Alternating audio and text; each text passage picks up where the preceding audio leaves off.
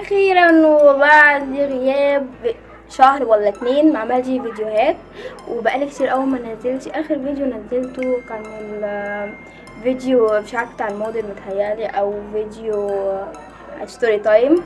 فانا جيت النهارده بفيديو قوي. الفيديو دوت كتير جدا اتكلموا عليه، اللي هو ريفيو عن ارجنتو كلير، واكتر الناس اللي اتكلمت عنه هو البلوجر. فانا قلت لازم اجرب المنتجات دي، اشوف يعني المنتجات دي هل فعلا هم كلامهم صح ولا كلامهم اي كلام، لان في ناس من البلوجر بيبقى كلامهم اعلانات، بيقولوا كلامه خلاص عشان يعلنوا عن المنتج ده. فانا جايه النهارده بكل امانه اتكلم عن المنتج دوت واقول لكم هو عمل معايا ايه. انا المنتج ده بجربه بقالي زي شهر ونص، داخله في الشهرين كده. يعني الصراحه جبت المجموعه دي بقالها زي شهر ونص او شهرين، بس صراحه هي لسه معايا لحد دلوقتي، يعني لسه ما خلصتش. اللي هو اول واحد الغسول، والكريم الليلي، والكريم العين، والكريم بتاع النهار. دولت كانوا عرض مع بعض، فكان الاربع منتجات دولت مع بعض كانوا عرض. العرض دولت كانوا 300 جنيه.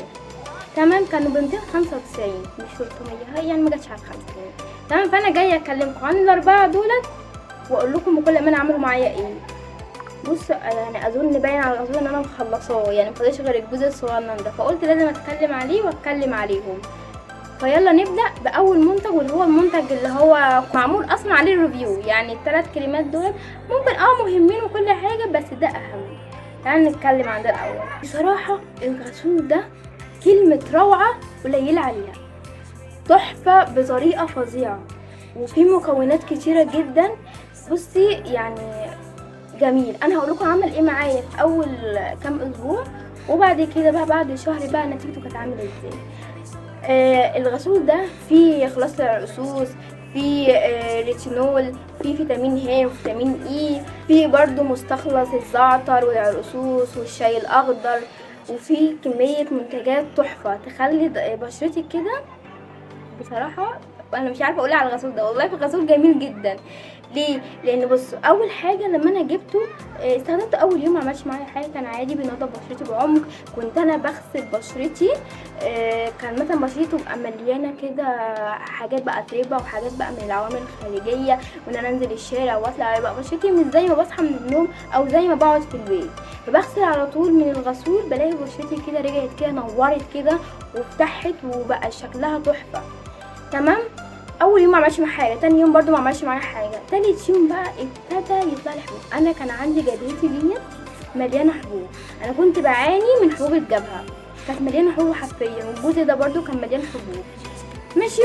ف الحبوب اللي تحت الجلد اللي كانت في الجبهه ابتدى يطلع حبايه في حبايه.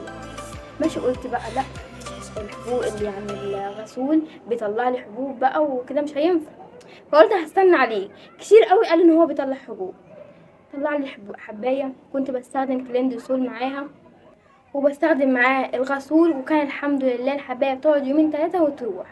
تمام. فضل بقى العمليه دي تتكرر، وما كانش بيطلع لي كذا حبايه في كل مكان، لا، ده كان بيطلع لي حبايه في النص هنا كده، تطلع لي حبايه تروح، تطلع لي بعديها تروح، تطلع لي بعديها. فضل الحوار ده زي 4 5 مرات كده، فضل تطلع لي وتروح. تمام.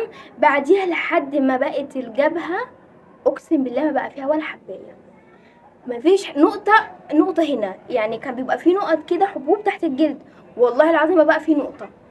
تمام. وهنا برضو كان برضو عندي حبوب، بأثار حبوب، برضو الحبوب اللي كانت مدفونة جوه برضو طلعت وراحت. بس كنت بستخدم مع الغسول، كنت بستخدم مع الكليندسول، وكان الحمد لله كانت بتروح. فانا الغسول ده بص روعه، يعني هو خلاص قرب يخلص، فانا هطلب بقى فيه عرض تاني معمول 2 غسول، مش عارفه 250 متهيألي. فانا هطلب الغسول. فانا لو هطلب الغسول دوت. نيجي بقى لل3 دول. بصراحه انا مش يعني الكريمين دولت انا مش منتظم عليهم قوي. هو اللي منتظم عليه كريم العين والغسول بس، لكن دول بحطهم بمزاج بصراحه، يعني حابه احطهم بحط، مش حابه خلاص. تعالي نتكلم عن النهاري. قبل ما انزل او بعد ما بحط الغسول وبغسل بالغسول، بروح حاطه كريم بتاع النهار ده. هو كريم النهار دوت عامل زي الصن بلوك، بس مفهوش عامل حمايه زي الصن بلوك اللي احنا بنجيبه من بره. يعني الصن بلوك اللي بنجيبه من بره بيبقى فيه عامل حمايه 50 80، لكن ده فيه عامل حمايه 20. وكمان بيحتوي على مستخلص العرقسوس ومستخلص الشاي الاخضر ومستخلص التوت ومستخلص الليمون وزيت جنين القمح وبنسينول وجريسلين. ماشي. فهو مكتوب على علبته ان هو بيفتح البشرة وبيوحد لونها وبيحميك من الشمس، لان فيه عامل حماية 20. بصراحة كل المكونات اللي فيه جميلة جدا وحلوة، وانا كمان بحطه على بشرتي. وكمان بتحطيه قبل ما تعرضي للشمس 15 دقيقة. ولكن قابلتني مشكلة، بس المشكلة دي ممكن تكون مشكلة عند بعض الناس ومشكلة مش مشكلة يعني عند بعض الناس. انا لما بحط الكريم ده وبتعرض للشمس او بتعرض لمكان حر، بلاقي المكان ده كده يعني عرق، يعني المية بتاعت العرق بتبقى ظاهرة في الحتة دي، وكمان بيدي لمعة للوش.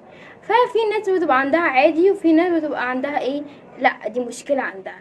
فانا عادي ممكن امسح العرق دوت بمنديل، او بمسح، مش بمسح لا، يعني ايه، بحط المنديل كده اللي هو يمسح لي بس ايه المية اللي طلعت وخلاص، مفيش مشكلة، ما بيعرقش. لكن لو في انتي في مكان فيه هوا، لا ما بيعرقش الصراحة، بس هو بيدي اللمعة للبشرة. تمام. هو كتفتيح للبشرة كده انا شايفاه كويس جدا، بس مفعوله بطيء شوية. تمام. دوا بحطه الصبح، بيبقى مرتين في اليوم، مرتين في اليوم، يعني مرة الصبح مثلا على الساعة 9 ومرة على الساعة 5 كده. يعني هو بس بيتحط في الصبح يعني ساعة الشمس عشان هو اسمه نهاري. نيجي بقى للكريم الليلي، ده بيتحط بالليل بس قبل ما تنامي. ده بقى فيه ايه، دي كرتونته بس مجهدة شوية. ده فيه كولاجين وفيه كافيين ومستخلص العرقسوس ومستخلص الشاي الاخضر، زيت جنين القمح، زيت اللوز، الكاموميل، بنسينول، نعم نعم، هيدرونيك اسيد، جريسلين، في كل المنتجات دي. هو بتحطيه بالليل بس قبل ما تنامي، وبتصحي الصبح بصراحة بتلاقي وشك جميل. بصراحة انا بحطه بالليل، بصحى الصبح بلاقي وشي كده، ايه الجمال ده، تحفة. ماشي. هو بيعمل اللي هو ايه، بيحفزلك الكولاجين اللي في البشرة، بيخليلك البشرة صحية لما بتصحي من النوم. لو عندك اثار حبوب وكده برضو ممشيها، ولكن برضو مفعوله بطيء.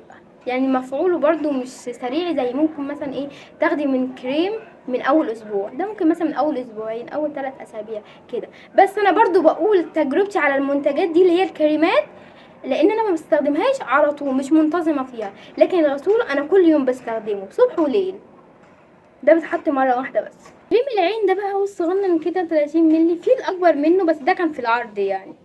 ماشي. كريم العين برضو انا بستخدمه كل يوم مع الغسول، بستخدمه مره صبح ومره بالليل.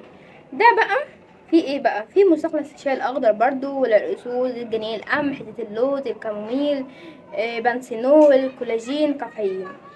بصوا هو الكريم دوت بيتدلك كده بحركة دائرية كل يوم صبح وليل، ولكن هو مش لتفتيح الهالات، هو بيرطب بس، فترطيبه تحفة.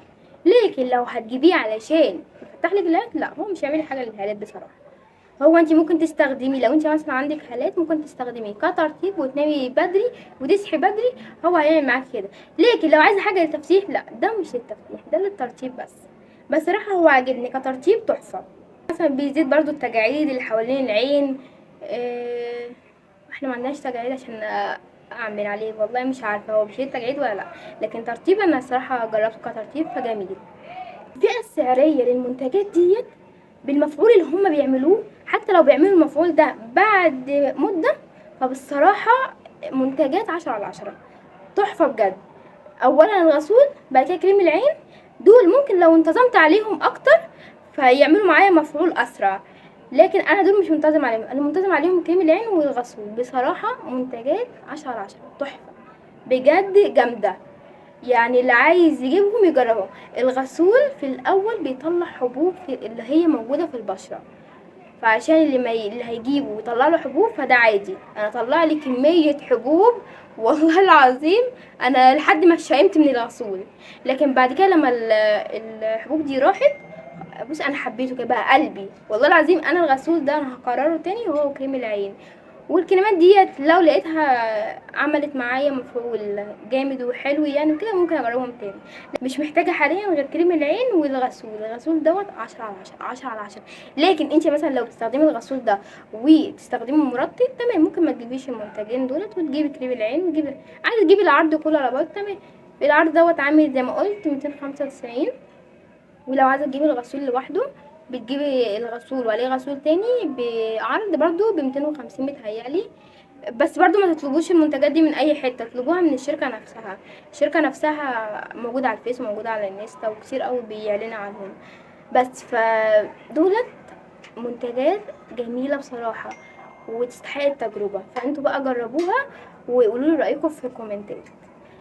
لو عجبكم الفيديو ما تنسوش السبسكرايب واللايك والكومنت، وتقولوا برضو كومنت برضو حلو، وتقولوا ان انتوا برضو جربتوا المنتجات ديت وعملت معاكم ايه. في ناس هتنفع مع بشرتها وفي ناس مش هتنفع مع بشرتها، مش عارفه هو ايه ده، محدش ليه دعوه بالاكل دوت. بس كده وكده الفيديو خلص، يلا باي.